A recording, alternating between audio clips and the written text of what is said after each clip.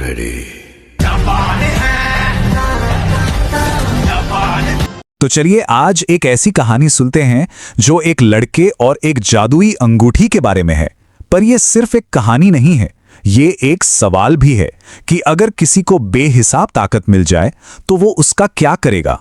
कहानी में आगे बढ़ने से पहले एक पल के लिए सोचिए, अगर अदृश्य होने की शक्ति किसी के पास आ जाए तो वो क्या करेगा। यही सवाल हमारी आज की कहानी का सबसे बड़ा हिस्सा है। कहानी की शुरुआत होती है एक बहुत ही अजीब अंगूठी के मिलने से। एक ऐसी चीज जो एक आम से लड़के की जिंदगी हमेशा हमेशा के लिए बदलने वाली थी।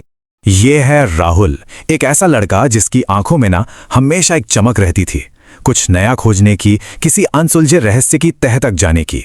उसकी ये जो जिज्ञासा थी, यही उसकी सबसे बड़ी ताकत थी और शायद सबसे बड़ी कमजोरी भी।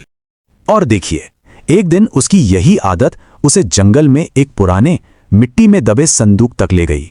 संदूक को देखकर ऐसा लग रहा था मानो सालों से उसे किसी ने छुआ तक ना हो। जैसे ही संदूक खुला, राहुल की तो जैसे सांसें ही थम गईं। अंदर एक अंगूठी थी जो किसी अजीब सी रोशनी से चमक रही थी। उसके दिमाग में बस एक ही ख्याल आया, ये कोई मामूली अंगूठी तो बिल्कुल नहीं है।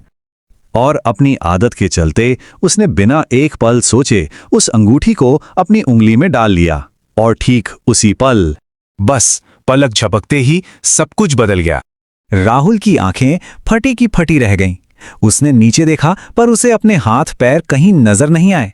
वो गायब हो चुका था। अंगूठी ने उसे पूरी तरह से अदृश्य बना दिया था। तो जब राहुल को ये नई ताकत मिली, उसने इसका क्या किया। कहानी का अगला हिस्सा हमें उसकी शरारतों की दुनिया में ले जाता है। शुरुआत में तो राहुल की खुशी का कोई ठिकाना ही नहीं था। जरा सोचिए, कहीं भी जाने की आजादी, कुछ भी करने की आजादी, और कोई आपको देख भी नहीं सकता। ये एहसास किसी भी रोमांच से कम नहीं था। और बस उसने इस शक्ति का इस्तेमाल शुरू कर दिया अपनी शरारतों के लिए। कभी किसी की टोपी हवा में उड़ा देता तो कभी बंद दरवाजे खुद ब खुद खोल देता। पूरा गांव उसकी इन हरकतों से धीरे धीरे परेशान होने लगा। लेकिन राहुल की इन शरारतों का एक ऐसा नतीजा निकला जो उसने सोचा भी नहीं था। गांव वालों में डर फैलने लगा। उन्हें लगा कि गांव पर किसी भूत का साया मंडरा रहा है। यहां तक कि राहुल की अपनी मां भी इस अनजान डर से परेशान रहने लगी। पर देखिए, जिंदगी हमेशा शरारतें करने का मौका नहीं देती। जल्द ही राहुल के सामने एक ऐसी मुश्किल आ खड़ी हुई जहां उसकी इस ताकत का असली इम्तिहान होना था। एक अंधेरी रात, जब पूरा गांव गहरी नींद में सो रहा था, कुछ चोर मंदिर में चोरी करने की नियत से घुस आए। ये कोई मजाक नहीं था, ये एक असली खतरा था। राहुल ने उन्हें देख लिया और वो फौरन वहां पहुंच गया। इस बार उसने अपनी ताकत का इस्तेमाल शरारत के लिए नहीं बल्कि बचाव के लिए किया।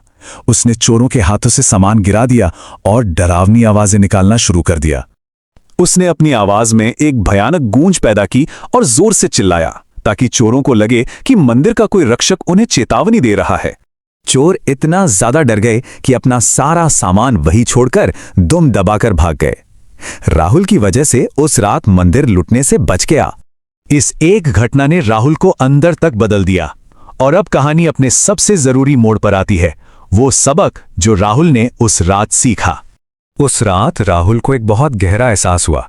उसने पहली बार अपनी ताकत का सही इस्तेमाल किया था।